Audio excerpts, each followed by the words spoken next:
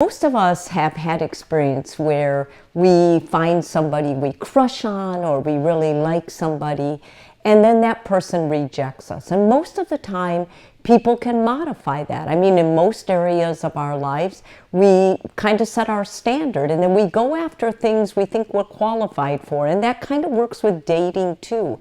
We set our standard on someone, a certain look, and it's usually within, someone that we would see ourselves with and end up with, and it works out great. But for some people, they set themselves up. They go after someone who continually rejects them, and as they continually reject them, this person seems to fall in love with them even more. Why do we do that? Well, there's been a lot of research in this area as of late. We used to think it was kind of a thing that, maybe you were just setting a standard. The reason you went after this kind of person is you might have come from a home where you were constantly felt neglected, or maybe you were abandoned. So you were trying to make up for it. You continually put yourself in that situation where you would be neglected, rejected, or abandoned to kind of work it out. And that is one of the theories, and that oftentimes is true.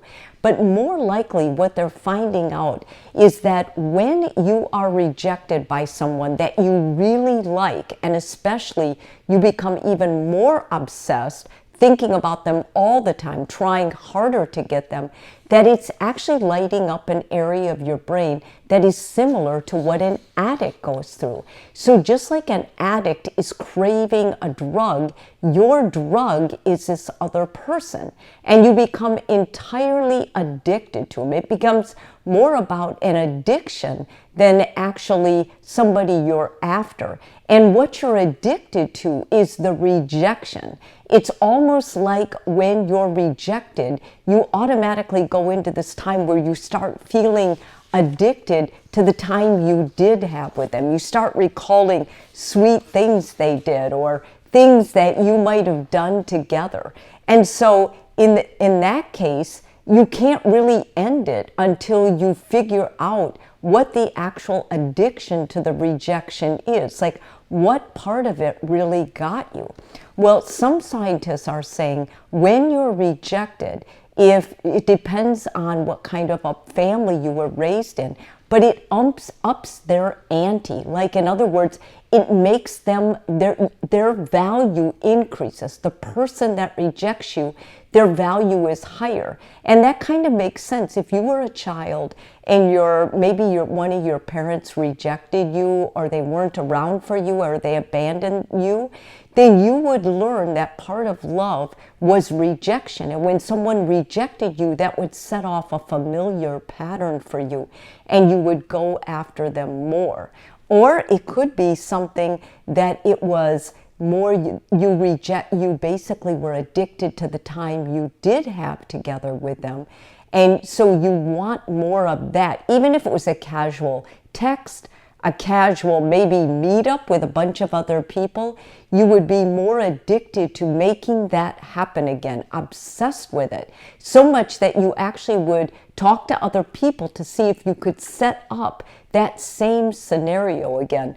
Or the third thing, it could be your attachment style. If you're an anxious attacher and you attach to this person, then anything you got from them would be something you would actually addict to. So how do you work through this? Well, the same way that you'd work through any addictive program, you have to cold turkey them from it. So in your case, that would mean you would have to step away from this entirely.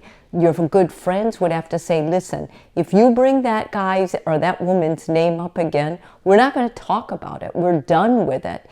You'd have to have the network support. Therapy would help, because you could tell the therapist all these things you remember, because it's in recalling the memories, the cherished times, no matter how small, or even if they were fabricated to be much bigger than they were realistically. Like maybe the person direct messaged you and it was just like, hey, you could fabricate that into something much bigger if that was a source of addiction. So it's important that you can talk about what it was.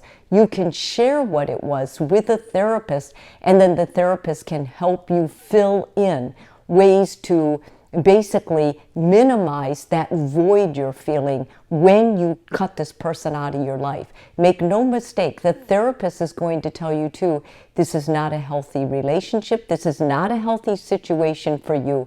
We need to get you out of this scenario. But the way the therapist is going to do it is they're going to open it up and really help you understand what is the connection with this obsession and how you grew up. All things in therapy, and this is an important point to remember, no matter what you go through as an adult, it usually links to some seed that happened when you were very small growing up, and one of your parents or somebody close to you, their response to it. And so whether it happened at home with a main parent or a support person on the side, or maybe even when you were young you had a date, and a very young date, like somebody you adored, and they rejected you, and that's enough to start this whole cycle, especially if you are addictive prone. I hope this video is helpful to you. If it is, please subscribe, and if you're already a subscriber, I want to tell you thank you so much. It means the world to me.